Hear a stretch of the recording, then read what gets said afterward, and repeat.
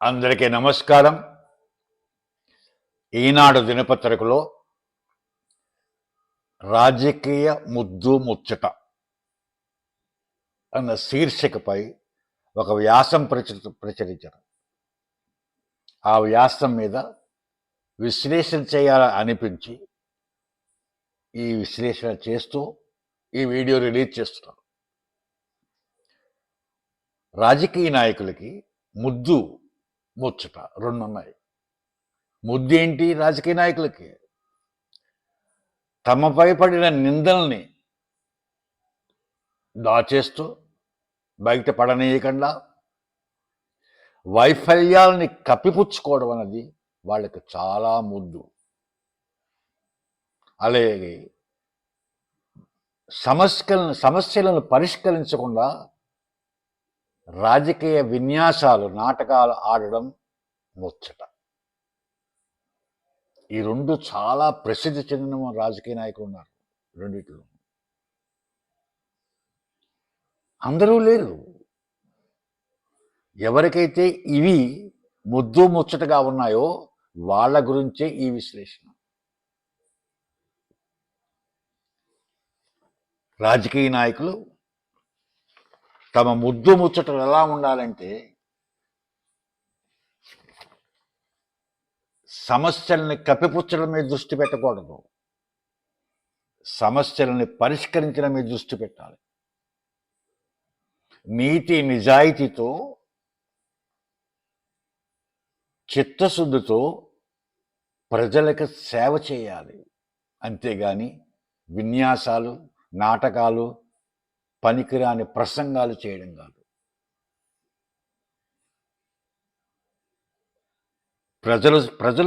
ప్రజలకు మీరు సేవకులు, ప్రజల యజమానులు. మీకు ఇచ్చిన అధికారం అది అహంకారంగా మారకూడదు. అది ప్రజల యొక్క నమ్మకంతో మీకు ఇచ్చారు. ప్రజల నమ్మకంతో మీకు ఇచ్చారు. మాకు సేవ చేస్తారు ఈ నాయకులు అని నమ్మకంతో మీకు అధికారం ఇచ్చారు. కానీ మీకు అధికారం అహంకారం కింద మారింది. ఒక అలంకారం కింద మీరు మార్చుకుంటున్నారు దాన్ని.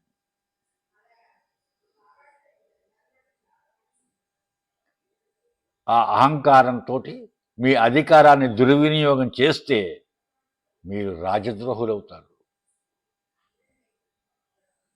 మీరు సమస్యలు కప్పిపుచ్చుతున్నప్పుడు ఎవరో పేదవాడు చనిపోతున్నాడు ఎక్కడో. మీరు ఒకరిపై ఒకరు బురద చల్లుకుంటున్నప్పుడు రైతు తన అప్పుల బాధ తీర్చలేక ఆత్మహత్య చేసుకుంటున్నాడు ఎక్కడో. మీరు కెమెరాల ముందు నటిస్తున్నప్పుడు, రాజకీయ విన్యాసాలు ఆడుతున్నప్పుడు ఎక్కడో ఒక విద్యార్థి తన భవిష్యత్తును చీకట్లో చూసుకుంటున్నాడు. ప్రతి నాటకానికో మూల్యం ఉంది. అదే ప్రజా జీవితం. మీరు నాటకాలు ఆడుతుంటే మూల్యం ఎవరు అనుభవిస్తున్నారు? ప్రజల జీవితం దెబ్బతింటుంది. మీ మౌనం, దుర్నీతిని చూసి మౌనంగా ఉండడం, అన్యాయాన్ని చూసి మౌనంగా ఉండడం, అబద్ధాలను తెలిసి విస్మరించడం, ఇవన్నీ నేరాలే. మీ నిశ్శబ్దత ద్వారా నేరంలో భాగస్వాములు అవుతున్నారు. మీరు గుర్తుంచుకోండి. మీరు డైరెక్ట్గా నేరం చేయకపోవచ్చు, కానీ నేరం చేసిన వాడిని సపోర్ట్ చేసినా ఆ నేరాన్ని చూసి కూడా మీకు తెలుసుండి కూడా మీకు దాని మీద చర్యలు తీసుకోకపోయినా మీరు నేరం చేసిన వాళ్ళే అవుతారు. మీరు మంచి నాయకులు కాకపోయినా పర్వాలేదు, కానీ చెడు నాయకులు అవ్వకూడదు. చెడు నాయకులు అంటే చెడ్డవారిని సపోర్ట్ చేయడమే నాయకత్వ లక్షణం. చెడ్డవారిక ఎదిరించి నిలబడండి. మిమ్మల్ని గుర్తించుకుంటుంది చరిత్ర. ప్రజలు గుర్తిస్తారు మిమ్మల్ని. ప్రజలకు అంత అవగాహనలో ఉన్నారు ప్రజలు. మీరు అబద్ధాలు చెప్పినప్పుడు వాళ్ళకి తెలుసు అబద్ధాలని. మీరు వాగ్దానాలు మర్చిపోయినప్పుడు వాళ్ళకి తెలుసు, వాళ్ళకి గుర్తున్నాయి మీరు చేసిన వాగ్దానాలన్నీ కూడా. మీరు నాటకం చేస్తున్నప్పుడు వారు చూస్తున్నారు ఏం నాటకం ఆడుతున్నారా మీరని. నేడు సోషల్ మీడియా మరియు ప్రజా అవగాహన మీ ప్రతి అడుగుని గమనిస్తుంది. మీరు ఎస్కేప్ అవ్వలేరు. మీ వారసత్వం మీరు చర్యల ద్వారా నిర్ణయించబడుతుంది, మీ ప్రసంగాల ద్వారా కాదు. మీరు ఏ కార్యక్రమాలు చేశారో అన్నది మీ వారసత్వం నిలబెడుతుంది, అంతేగాని మీరు చేసే ప్రసంగాలు ఎవరికి అవసరం లేదు. మీ కుర్చీ శాశ్వతం కాదు, చరిత్ర మిమ్మల్ని విడిచిపెట్టదు. నేడు మీరు అధికారంలో ఉండొచ్చు, కానీ రేపు చరిత్ర పుటల్లో ఉంటారు. ప్రజలు మిమ్మల్ని ఏ విధంగా జ్ఞాపకం ఉంచుకోవాలి? విశ్వాసఘాతకుడుగానా, అవినీతిపరుడుగానా, స్వార్థపరుడుగానా? ఏ విధంగా గుర్తుపెట్టుకోవాలి మిమ్మల్ని? లేదా ప్రజాసేవకుడిగా మిమ్మల్ని గుర్తుపెట్టుకోవాలా? మీరే నిర్ణయించుకోండి. ప్రజలు ఏ విధంగా గుర్తుపెట్టుకోవాలి మిమ్మల్ని నిర్ణయించుకోండి. ఇది ఆఖరి అవకాశం.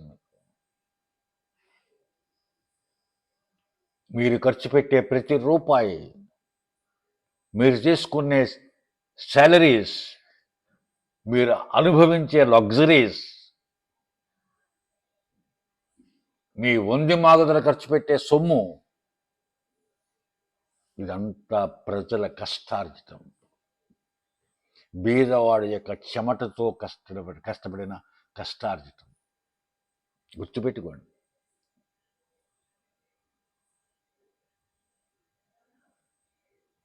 ఆ నిజం మీకు ఎప్పుడైనా గుర్తుకొస్తుందా?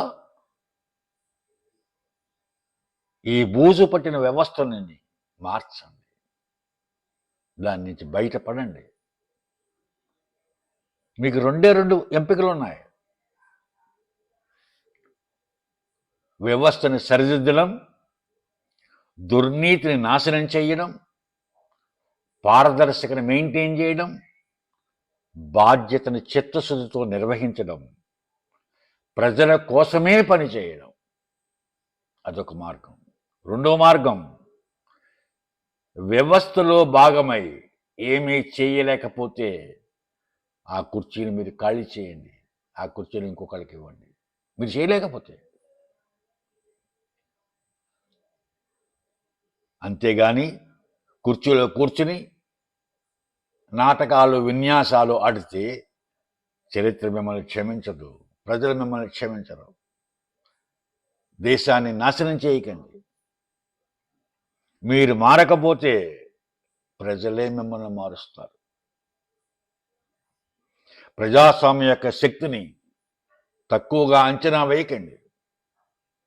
తన శక్తి చాలాసార్లు నిరూపించింది ప్రజాస్వామ్యం. ఎంత బలవంతులైనా, ఎంతటి నియంతలైనా, ఎంతటి అహంకారపూరితమైన నాయకులైనా ప్రజల శక్తి ముందు తలవంచవలసినదే. మీరు నేడు అధికారంలో ఉన్నారు, కానీ రేపు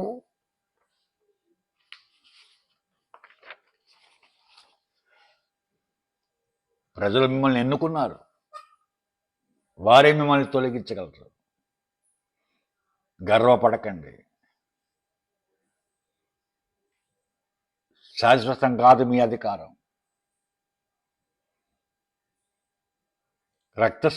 రక్త సంబంధం కాదు, రక్తం యొక్క విలువ ముఖ్యం. రాజకీయాలు వంశ పారంపర్య వ్యాపారం కాదు. మీ తండ్రి నేత అయితే మీరు నేతలు కాలేరు. మీ కుటుంబం అధికారంలో ఉంటే మీకు అర్హత రాదు. నాయకత్వం అన్నది సంపాదించుకోవాలి, ఒకరిస్తే వచ్చేది కాదది. వారసత్వంగా రాదు నాయకత్వం. మీరు ప్రజల సేవ చేయగలిగితే ప్రజల చేత మెప్పు పొందగలిగితేనే మీరు నాయకుడు అవ్వగలరు, లేకపోతే నాయకులు అవ్వలేరు. ఇప్పుడు మన ఆంధ్రప్రదేశ్ రాష్ట్రంలో ఇద్దరు వారసులు ఉన్నారు. ఒకరు మాజీ ముఖ్యమంత్రి కీర్తిశేషులు రాజశేఖర రెడ్డి గారి తనయుడు మాజీ ముఖ్యమంత్రి వైఎస్ జగన్మోహన్ రెడ్డి. రెండవ వారసుడు ప్రస్తుత ముఖ్యమంత్రి నారా చంద్రబాబు నాయుడు గారి కుమారుడు నారా లోకేష్, విద్యాశాఖ మంత్రి. ఎవరు నాయకుడు దీంట్లో? 5 సంవత్సరాలు ముఖ్యమంత్రిగా పనిచేసిన జగన్మోహన్ రెడ్డి నాయకుడా, నారా లోకేష్ నాయకుడా?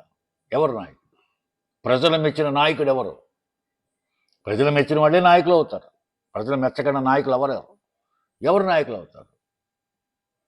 అంటే 2019 నుంచి 2024 వరకు ముఖ్యమంత్రిగా పనిచేసిన జగన్మోహన్ రెడ్డి పాలన చీకటి రోజులు.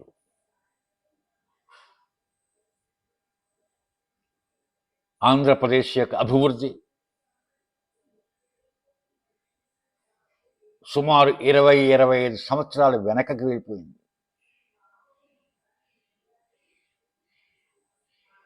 ప్రజలు భయంతో ఉన్నారు. ఆ రోజుల్లో స్వేచ్ఛ లేదు. ఎప్పుడు ఏం జరుగుతుందో, ఎప్పుడు ఏ పోలీసు వచ్చి కేసులు పెడతారో అన్న భయంతోనే బతికారు 5 సంవత్సరాలు. సామాన్య మానవులను పక్కన పెట్టిన పౌరులని, ఆయన దగ్గర పనిచేసే మంత్రులకి ఆయన్ని కలిసే అవకాశం లేదు. పూర్వాన్ని వారు అంతఃపురంలో అన్నట్టుగా ఉండేది ఆయన పాలన అంతా. అంతఃపురం నుంచే పాలించారు. అవినీతి, గనులను దోచుకున్నారు. ఇప్పుడు చూస్తున్నాం లిక్కర్ స్కామ్స్, ఎన్ని వేల కోట్ల రూపాయలు తెలియట్లేదు. భూముల్లో దోచుకున్నారు, భూములు ఆక్రమించారు, వేల ఎకరాలు. అది ఆయన పరిపాలన. మరి ఆయన నాయకుడు అవుతాడా? నాయకుడు అన్నాం ఆయన్ని. అటువంటి వాళ్ళ మనకు నాయకులు కానే కాదు. అటువంటి వాళ్ళు కనుక అధికారంలోకి వస్తే ఇప్పటికే 25 సంవత్సరాల వెనకకు పడిపోయిన ఆంధ్రప్రదేశ్ మళ్ళీ లేవగలదా? లేచి నడవగలదా? పరిగెట్టడం మర్చిపోండి, కనీసం నడవగలదా, లేవగలదా? ఆలోచించండి. అదే లోకేష్. ఆయన చేపట్టిన యువగళం పాదయాత్ర ఆయనకు ఒక గురువుగా మారింది. ఆ యువగళం పాదయాత్ర నుంచి అనేక మంచి పాఠాలు ఆయన నేర్చుకున్నాడు. పెద్దలంటే మర్యాద, పెద్దలంటే గౌరవం, ప్రజలంటే అభిమానం, ప్రజలంటే ప్రేమ. ఎవరికైనా ఆయన దగ్గరికి ఎవరైనా వెళ్ళి కలవవలసిన అవకాశం ఏర్పరిచారు. ఎవరైనా సామాన్య మానవుడు కలవచ్చు, ఎవరైనా వెళ్ళి ఆయన్ని కలవచ్చు. అటువంటి అవకాశాన్ని ఆయన ఏర్పాటు చేశారు. రాష్ట్రం అంతా తిరుగుతున్నాడు, దేశాలు తిరుగుతున్నాడు, పెట్టుబడులు తీసుకురావడానికి, ఉద్యోగాలు కల్పించడానికి. మొన్న ఈ మధ్యనే విశాఖపట్నం 88,689 కోట్ల రూపాయలతో పెట్టుబడితో ఒక డేటా సెంటర్, ఐటీ హబ్ కింద మారుతుంది విశాఖపట్నం. ఆంధ్రప్రదేశ్ ఆర్థిక రాజధానిగా మారబోతోంది విశాఖపట్నం. సుమారు ఇప్పటికీ ఈ 16 నెలల్లోనే 10 లక్షల కోట్ల రూపాయలు ఇన్వెస్ట్మెంట్ తీసుకొచ్చారు. అటువంటి వాడు నాయకుడా కాదా? మనకు కావాల్సిన నాయకులు ఇటువంటి వాళ్ళే కదా, లోకేష్ లాంటి వాళ్ళే కదా మనకు కావాల్సిన నాయకులు, యువ నాయకులు.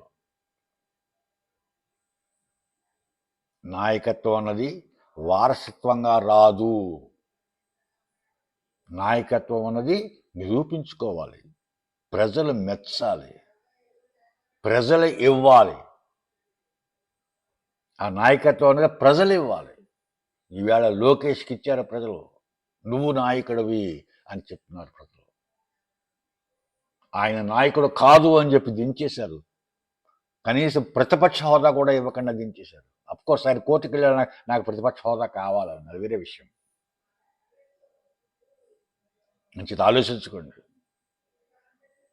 మీకు దగ్గర డబ్బు ఉంది, మేము రాజకీయ కుటుంబాల నుంచి వచ్చాం, మా తాత తండ్రులు అంతా ఎమ్మెల్యేలు ఎంపీలు అంటే మేము కూడా ఎమ్మెల్యేలు అవుతాం, మేము కూడా ఎంపీలు అవుతాం, మేము మంత్రులు అవుతాం.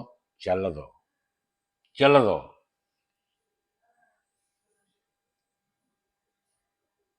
అందుకే చివరగా హెచ్చరిక, మీకు రెండు మార్గాలు ఉన్నాయి, చెప్పాను ఇంతకుముందు. నిజాయితీగా సేవ చేయడం, పారదర్శకత మెయింటైన్ చేయడం, నిజాలు మాట్లాడడం, వాగ్దానాలు నెరవేర్చడం, దుర్నీతిని వ్యతిరేకించడం, ప్రజల కోసమే పనిచేయడం. అదొక మార్గం మీరు ఎంచుకోదలుచుకుంటే. రెండోది, అబద్ధాలు, నాటకాలు, అవినీతి, ప్రజల నమ్మకాన్ని కోల్పోవడం, చరిత్రలో విలన్గా నిలబడడం, తరతరాలు మిమ్మల్ని శపించేలా పనిచేయడం. న్యాయం ముందు ఒకరోజు తప్పకుండా నిలబడతారు అటువంటి వాళ్ళు. నిర్ణయం మీది. సరి చేసుకుంటారో లేదా మిగిలిపోతారో మీ ఇష్టం. గుర్తుంచుకోండి, చనిపోయిన తర్వాత మీ డబ్బు, మీ అధికారం, మీ అహంకారం, మీ ప్రభావం మీతో ఏదీ రాదు. కానీ మీరు చేసిన కార్యక్రమాలు మాత్రం గుర్తుండిపోతాయి. ఆ కార్యక్రమాలు చాలా ప్రధానం. మన కార్యక్రమాలు మంచివి చేశామా, చెడు చేశామా? మంచివి చేస్తే కలకాలం నాయకుడిగా నిలబడతారు ప్రజల గుండెల్లో. చెడు చేస్తే అప్పుడు గుర్తుపెట్టుకుంటారు. కానీ ఆ ఇటువంటి వాడు మళ్ళీ జన్మ పుట్టకూడదురా మన భారతదేశంలో, మన రాష్ట్రంలో పుట్టకూడదు అని గుర్తుపెట్టుకుంటారు. మీరు ఏ విధంగా జ్ఞాపకంగా ఉండాలనుకుంటున్నారు ప్రజల మనసులో నిర్ణయించుకోండి మీరే. ఇది హెచ్చరిక కాదు, ఇది ఒక ఆఖరి అవకాశం. ఆ అవకాశాన్ని సద్వినియోగం చేసుకుంటారని, ప్రజలకు చిత్తశుద్ధితో సేవ చేస్తారని, ప్రజలకు సేవకులుగా మాత్రమే మిగులుతారని ఆశిస్తున్నాను. అలాగే డిమాండ్ కూడా చేస్తున్నాను.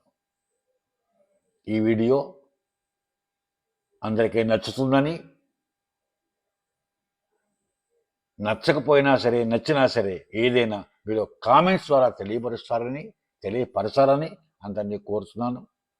అలాగే సబ్స్క్రైబ్ కూడా చేయమని అందరినీ కోరుతున్నాను. జై హింద్.